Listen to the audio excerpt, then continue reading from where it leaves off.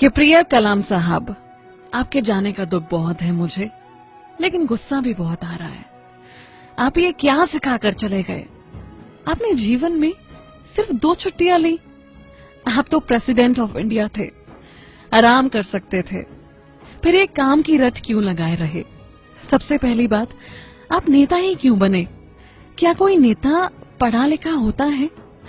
अगर आप प्रेसिडेंट ही बने तो ये रूल क्यों नहीं बना दिया कि अब से कोई अंगूठा छाप नेता नहीं बन सकेगा?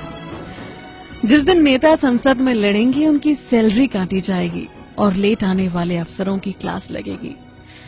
मुझे आपसे नाराजगी इस बात को लेकर भी है कि आपने देश को मिसाइल ही क्यों दी?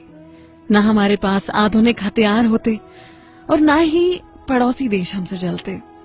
आप एक बैग लेकर राष्ट्रपति भवन में पहुंचे थे और कार्यकाल खत्म होने के बाद एक बैग लेकर निकल गए, जबकि आपसे बाद वाले ट्रकों में सामान भरकर निकले थे।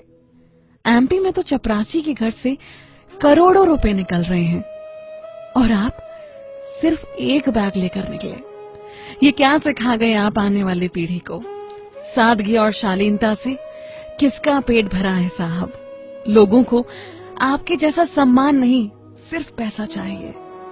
एक और बात जो आपकी मुझे बहुत गलत लगती थी कि आपने कभी प्रेसिडेंट जैसा रौब नहीं जमाया।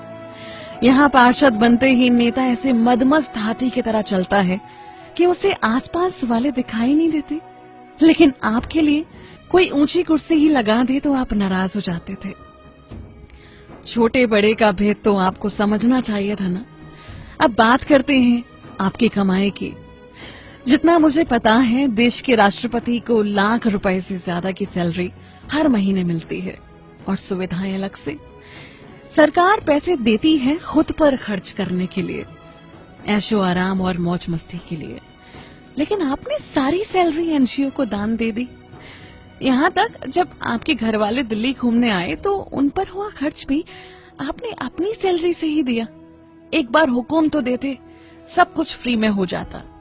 आज का नौजवान वैसे ही पॉलिटिक्स में नहीं आता और अगर आप जैसे 2-3 प्रेसिडेंट और आ गए तो नौजवानों का नेतागिरी से विश्वास ही उठ जाएगा। मैंने ये भी सुना है कि आप सफलता का सारा श्रेय अपनी टीम या जूनियर्स को देते थे।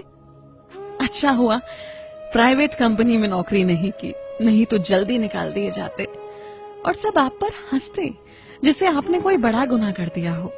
शिकायतों की ये लिस्ट बहुत लंबी है कलाम साहब। हमें पता है आप लौट कर आओगे, लेकिन अगली बार प्लीज मेरी शिकायतों की लिस्ट याद रखना। या तो हमें अच्छाई ना सिखाना, और अगर सिखाओ तो भारत के भाग्य विधाता तुम ही बनना।